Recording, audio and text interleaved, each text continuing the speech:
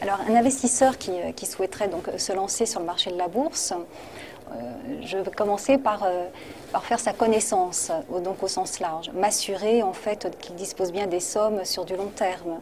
Je vais m'assurer de son degré d'acceptation du risque. Je vais m'assurer également de son niveau de connaissance des marchés et du temps dont il dispose donc, pour se positionner donc, sur ces marchés.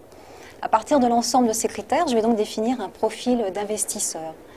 Ce profil d'investisseur va me permettre d'avancer sur une allocation d'actifs que je vais construire avec lui, qui va intégrer donc son degré d'acceptation du risque naturellement, mais également le contexte macroéconomique.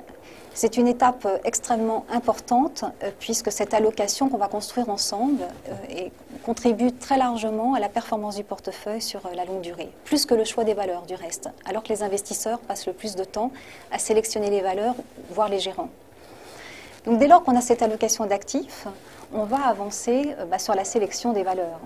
Et là, avec plusieurs points à voir. Le premier, c'est peut-être de se concentrer sur un périmètre limité de titres, c'est-à-dire des titres que l'on connaît, ou sur lesquels en tout cas on est susceptible d'avoir de l'information. Il est plus facile de suivre des valeurs du CAC que d'autres zones exotiques. Ça va être également de se limiter, de se concentrer sur un nombre limité de titres. On évoque la diversification des portefeuilles, pour autant il ne s'agit pas de faire de saupoudrage. Et suivre déjà 10 à 15 lignes prend déjà pas mal de temps. Ça va être d'avoir une approche pragmatique, de faire de l'analyse financière, donc des sociétés qu'on va pouvoir sélectionner.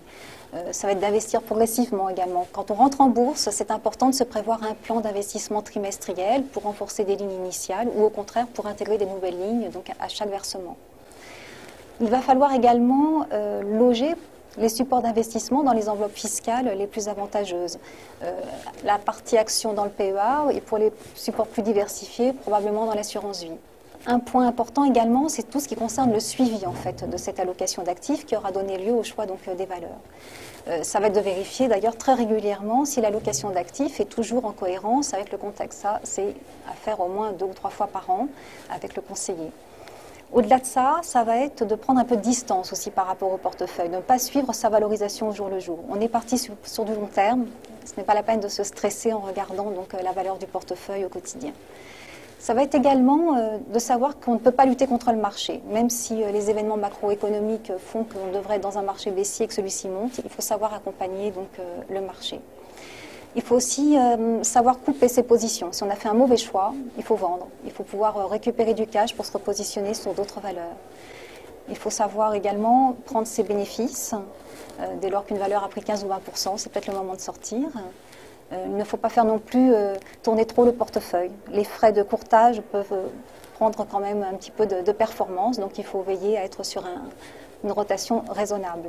Naturellement, tous ces conseils se suivent donc dans le temps, et si l'investisseur n'a pas le temps ou l'appétence d'ailleurs pour le faire, il peut trouver des formules donc d'accompagnement de la gestion assistée ou au travers de fonds et SICAV donc, qui peuvent être gérés directement par ailleurs.